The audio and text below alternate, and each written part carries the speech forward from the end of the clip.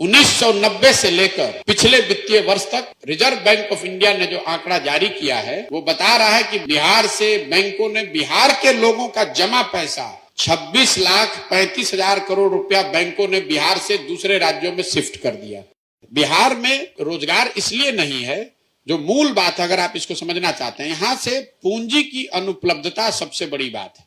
आप और हम लोगों के पलायन की बात कर रहे हैं, हम लोग यहां से पढ़े लिखे लोगों की पलायन की बात कर रहे हैं, हम लोग यहां पूंजी के पलायन की बात नहीं कर रहे हैं। मैं आपको एक आंकड़ा दे देता हूं क्योंकि इसकी चर्चा ना कहीं होती है ना कोई करता है। देखिए, स्वरोजगार के लिए, उद्योग धंधे के लिए सबसे ज्यादा जरूरी है पूंजी का होना। आप यूट्यूब चलाते हैं, अगर आपको यूट्यूब एज एन एंटरप्रेन्योर, आपको यूट्यूब का चैनल बड़ा करना है, आपको पैसे चाहिए। पैसा आता कहां से है? पैसा आता है बैंकों से, आपको ऋण मिलता है। कोई भी जो उद्योग धंधा लगा हुआ है उसमें जो उद्योग शुरू करता है वो 100 रुपया लगाता है, 4 रुपया 10 5 रुपया कर्ज लेकर आता है। तो ये पूंजी आती कहां? पूंजी आती है बैंक से। बिहार में, पूरे देश में पूंजी के स्तर को नापने के लिए एक आंकड़ा है जिसको कहते हैं क्रेडिट डिपॉजिट रेशियो। मतलब बैंकों में जो पैसा जमा हुआ उसमें से कितना पैसा पूंजी के तौर पर समाज को वापस मिला, घर बनाने के लिए, बिजनेस करने के लिए, गाड़ी खरीदने के लिए, उद्योग धंधा करने के लिए। तो देश के स्तर पर यह आंकड़ा है 70% का। मतलब जितना पैसा बैंकों में जमा हुआ, बैंकों ने 70% पैसा वापस ऋण के तौर पर दिया। बिहार में यह आंकड़ा है 40%। मतलब, और इसका असर क्या होता है वो आप समझिए। पिछले साल बिहार की गरीब जनता ने बैंकों में जमा किया 4,21,000 करोड़ रुपया। बिहार में अगर सीडी रेशियो होता 70, राष्ट्रीय औसत के बराबर, तो लोगों को यहां ऋण मिलता 2,80,000 करोड़ रुपया। लेकिन है 40%, तो मिला कितना? 1,60,000 करोड़। बाकी पैसा कहां गया? बाकी पैसा बैंकों ने उन राज्यों में शिफ्ट कर दिया जहां पर उद्योग धंधे लग रहे हैं। कर्नाटक में, महाराष्ट्र में, गुजरात में, तेलंगाना में, आंध्र में सीडी रेशियो 90% से ज्यादा है। 1990 से लेकर पिछले वित्तीय वर्ष तक रिजर्व बैंक ऑफ इंडिया ने जो आंकड़ा जारी किया है वो बता रहा है कि बिहार से बैंकों ने, चोरी करके नहीं, बिहार से बैंकों ने बिहार के लोगों का जमा पैसा 26,35,000 करोड़ रुपया, 26,35,000 करोड़ रुपया बैंकों ने बिहार से दूसरे राज्यों में शिफ्ट कर दिया।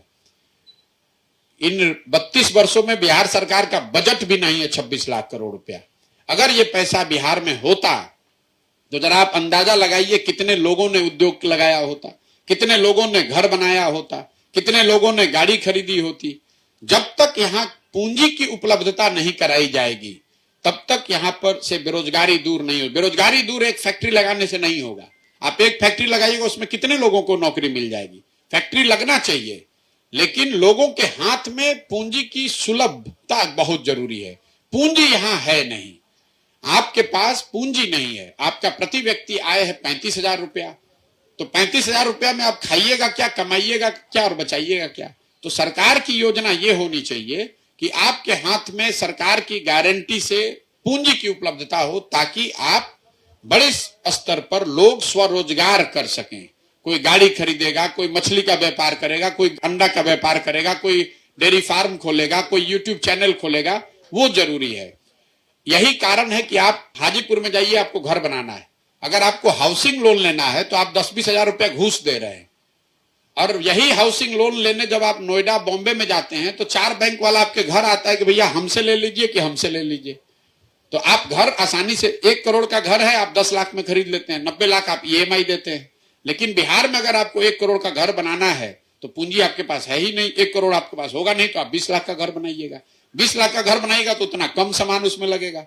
अगर 1 करोड़ का घर बनाते तो उतना बड़ा घर बनता, उतना ज्यादा सीमेंट लगता है, ज्यादा लोगों को रोजगार मिलता। लोगों को रोजगार तब मिलेगा जब यहाँ पर इकोनॉमिक एक्टिविटी बढ़े। इकोनॉमिक एक्टिविटी तब बढ़ेगी जब लोगों के हाथ में सुलभता से पूंजी उपलब्ध कराया जाए। और इसके लिए किसी सरकारी योजना की जरूरत नहीं है। जो बैंकों की वैधानिक जिम्मेवारी है, ये कोई उनके विचार का बात नहीं है, उनकी वैधानिक जिम्मेवारी है सरकार के हाथ। और इस जो कमिटी है उसके चेयरमैन है मुख्यमंत्री।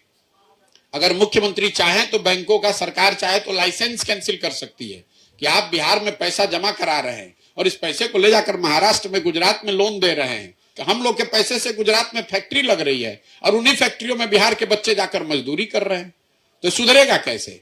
तो जैसे डॉक्टर, इंजीनियर, अधिकारी मुख्यमंत्री की बात नहीं सुन रहा है, सरकार की बात नहीं सुन रहा है, उसी तरीके से बैंक के अधिकारी भी ये बात नहीं सुन रहे हैं कि भाई आपको 70% पैसा बिहार के लोगों को देना ही देना है। और दुखद बात यह है कि समाज में इसकी ना समझ है, न कोई इसकी चर्चा कर रही। मैं आपसे आग्रह करूंगा कि अगली बार किसी नेता से मिलिए, खासकर सरकार से, किसी नेता से, तो उनसे पूछिए कि सीडी रेशियो क्या है इसका। अगर आप पिछले 30 वर्ष में आकलन पढ़िएगा तो 1990 में जब लालू जी मुख्यमंत्री बने तो बिहार में सीडी रेशियो था 38%।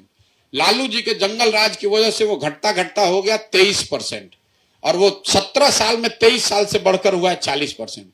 वो सारे चीजों का एक ही मानक है, लॉ एंड ऑर्डर ठीक है कि नहीं, इकोनॉमिक एक्टिविटी हो रही, सीडी रेशियो वो दिखाता है कि वो सारे चीज ठीक। लॉ एंड ऑर्डर खराब होगा तो सीडी रेशियो अपने आप नीचे चला जाएगा।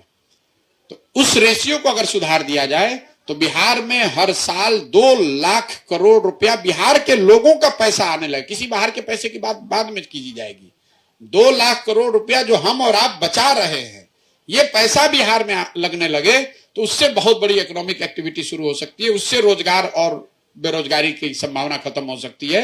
ये मेरी सोच है और देश भर के विशेषज्ञों से, देश विदेश के विशेषज्ञों से बात करके मैंने ये बनाया है कि बिहार में बेरोजगारी को दूर करना है तो सबसे पहले इकोनॉमिक एक्टिविटी को बढ़ाना होगा, और उसके लिए पूंजी की सहज उपलब्धता एक बड़ा प्रभाव उसका हो सकता है।